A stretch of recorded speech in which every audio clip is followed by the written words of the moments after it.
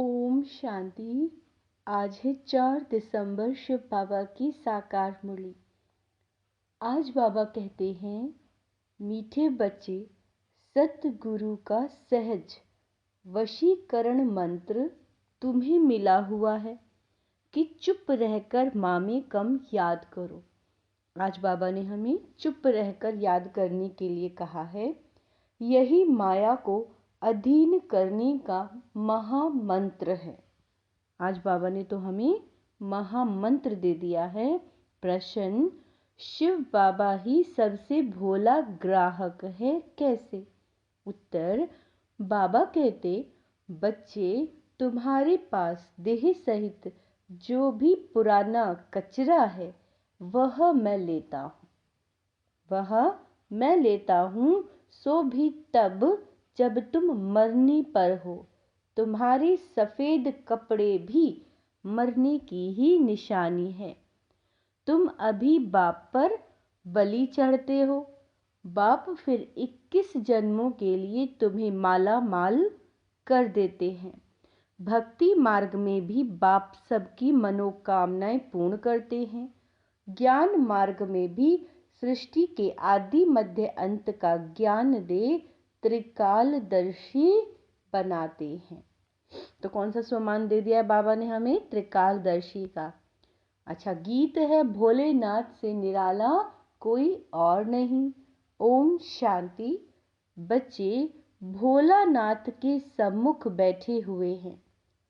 व्यापारी लोग कहते हैं, ऐसा कोई मत का मुरा यानी कम बुद्धि वाला भोला हो जो 1000-2000 का माल लेकर हमको खूब धन दे जाए। हे भगवान, हमको ऐसा ग्राहक मिलाओ। अब भोलानाथ बाप आकर बच्चों को आदि मध्य अंत का राज समझाए त्रिकालदर्शी बना रहे हैं। बाबा कहते हैं, मेरे जैसा ग्राहक तुमको कभी मिल सकता है? पूछ रहे हैं बाबा। तुम उनको अर्पण करते हो, भक्ति मार्ग में बहुत महिमा करते हो। भोलानाथ की महिमा होती है। तुम माता पिता, वह आकर राजयोग सिखलाते हैं, राजाई देते हैं। बाप को कहते हैं, ये जो पुराना कचरा है वह हम आपके ऊपर बलि चढ़ाते हैं। आप हमको 21 जन्मों के लिए मालामाल करते हो।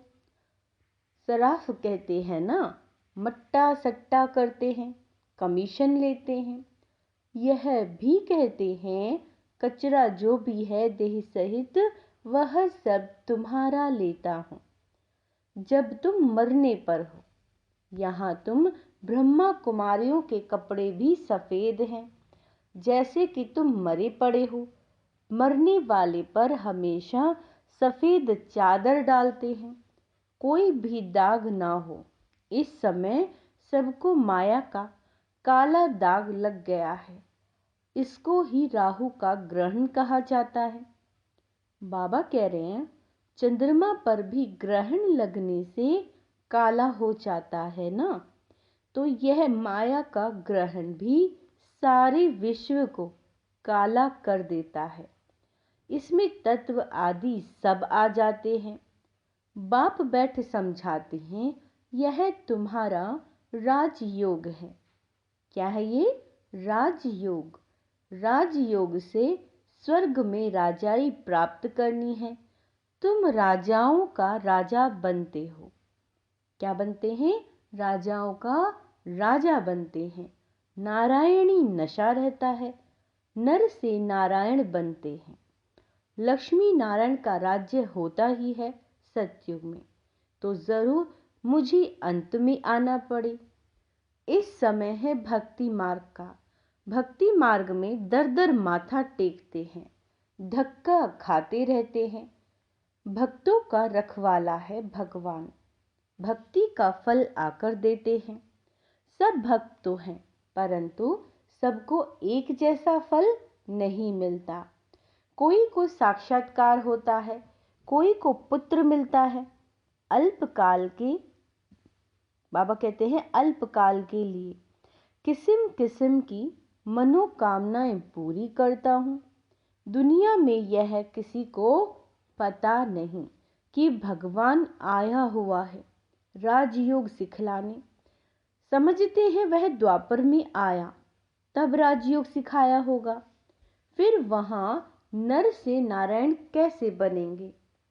बाबा कहते अभी भी बाप तुम्हें राजयोग सिखलाकर राजाओं का राजा बनाते हैं, यहाँ तो तुम्हें सिर्फ चुप रहना है।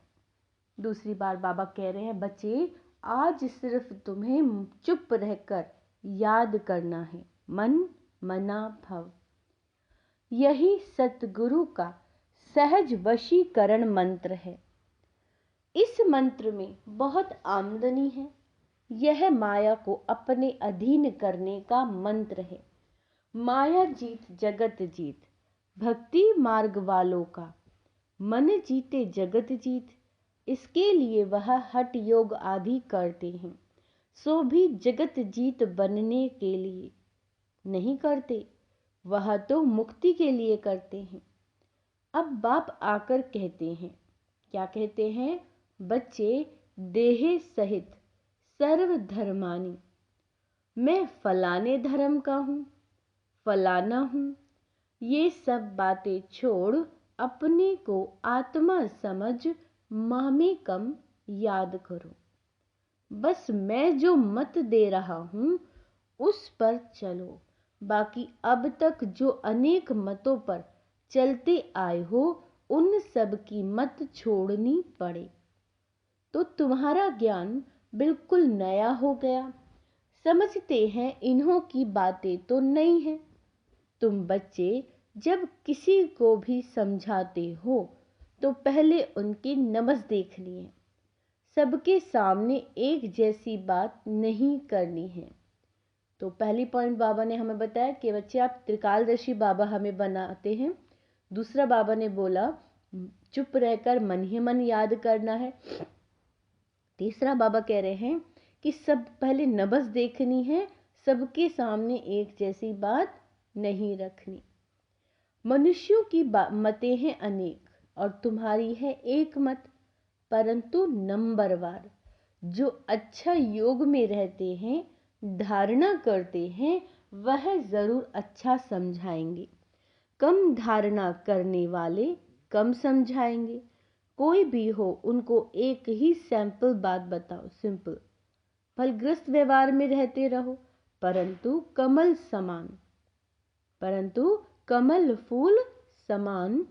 अच्छा, तुमको मालूम है कमल के फूल को बाल बच्चे बहुत होते और मिसाल भी उनका ही दिया जाता है। बाप को भी बाल बच्चे तो बहुत है। कमल का फूल खुद पानी के ऊपर रहता है, बाकी बाल बच्चे नीचे रहते हैं। यह मिसाल अच्छा है। बाबा कहते गृहस्थ व्यवहार में रहो परंतु पवित्र रहो। यह बात हो गई पवित्रता पर। क्या कह रहे हैं बाबा?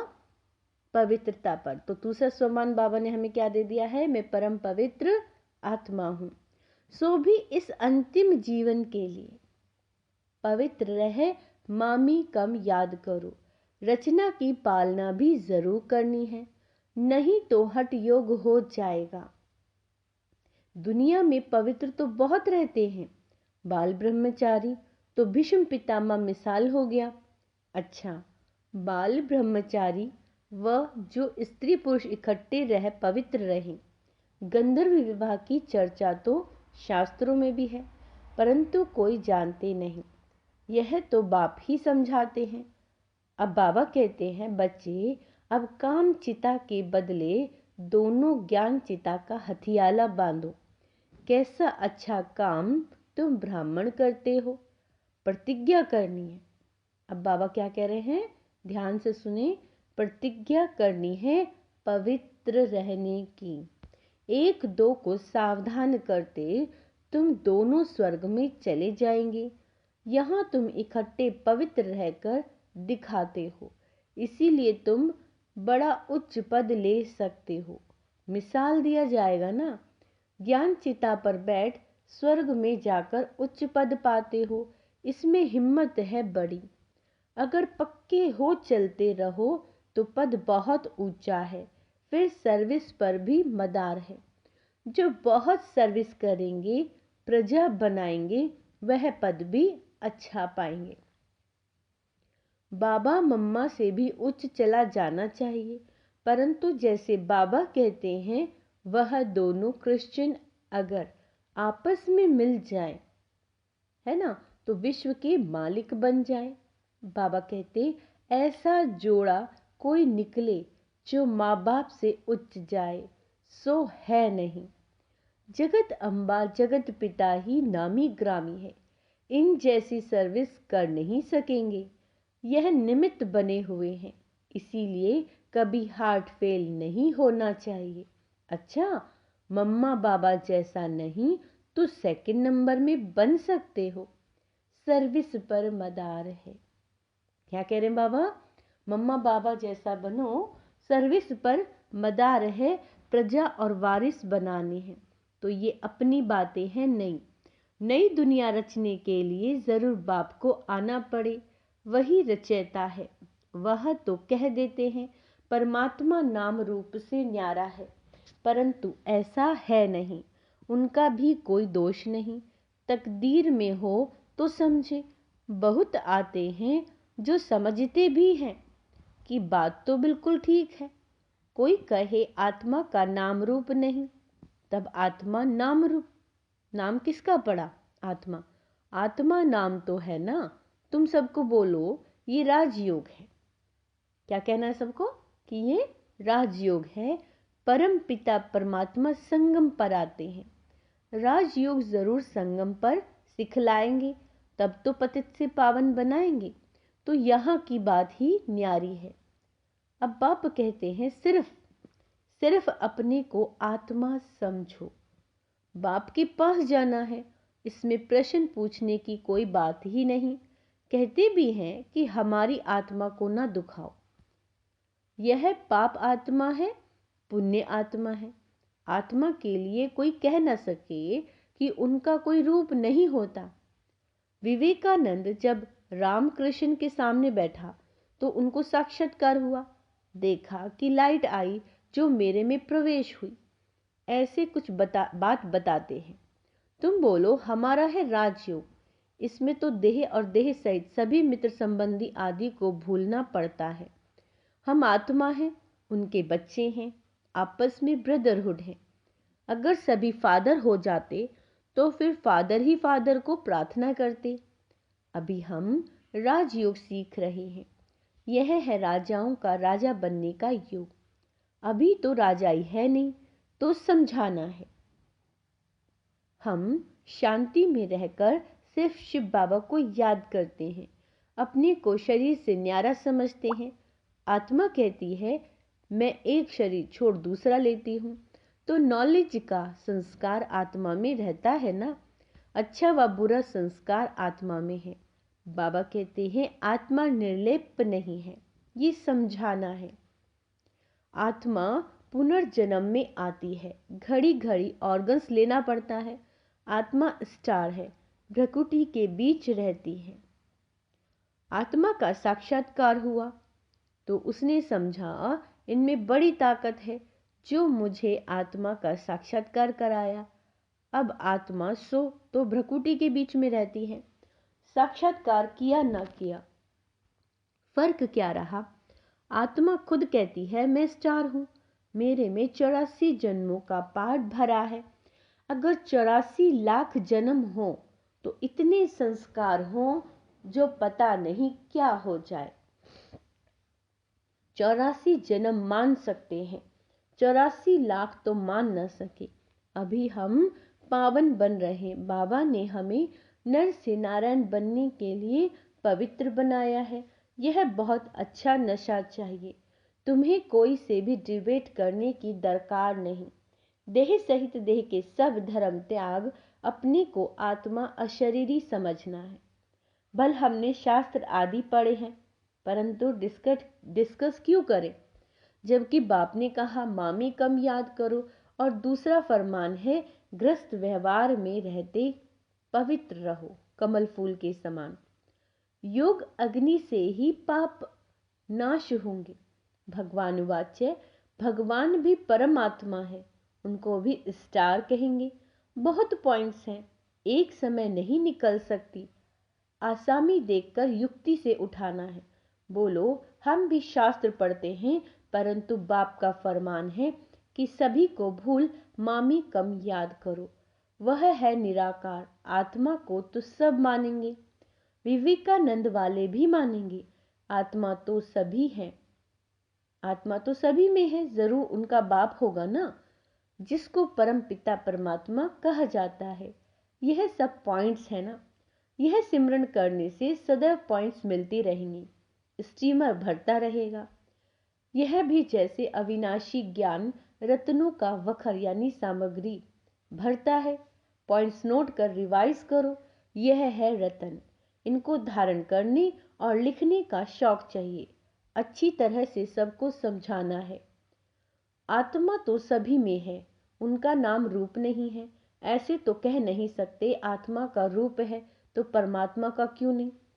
उनको कहा ही जाता है परम पिता परमात्मा, परम धाम में रहने वाला। कितना बच्चों को समझाया जाता है, तो अब सर्विस करके दिखाओ। बाबा तो सर्विस पर इनाम देते हैं, कितना श्रृंगार कराते हैं ज्ञान रत्नों का। हम यहाँ के पद्मापति नहीं बनना चाहते, हमको तो चाहिए विश्व की बादशाही। अच्छा, मीठे मीठे सिक्के लदे बच्चों प्रति माता पिता बाप दादा का याद प्यार और गुड मॉर्निंग। रूहानी बाप की रूहानी बच्चों को नमस्ते। हम रूहानी बच्चों की रूहानी बाप दादा को याद प्यार गुड मॉर्निंग, नमस्ते मीठी बाबा, शुक्रिया बाबा, शुक्रिया। धारणा के लिए मुख्य सार। बाबा कहते हैं ज्ञान रतन जो मिल रहे हैं उन पर विचार सागर मंथन कर स्वयं में धारण करना है। ज्ञान रत्नों से सदा भरपूर रहना है। आज कौन सा ज्ञान रत्न दिया है बाबा ने कि चुप रहकर मन मना भव। और क्या दिया है? त्रिकालदर्शी का भी दिया है, और नब्ज देखकर ही दूसरों को बताना है। बाबा ने कहा लिखना भी है पॉइंट्स को, उन पर विचार सागर मंथन भी करना है। अपने नारायणी नशे में रहना है। वाहियात बेकार की बातें किसी से भी नहीं करनी, कोई भी बेकार की एक शब्द भी फालतू नहीं बोलना है। अशरीरी बनने का अभ्यास करना है। तो देखो होमवर्क भी मिला है, बार बार जब भी फुर्सत मिले 1 मिनट 2 मिनट का भी तुरंत अशरीरी बनने का अभ्यास करना है।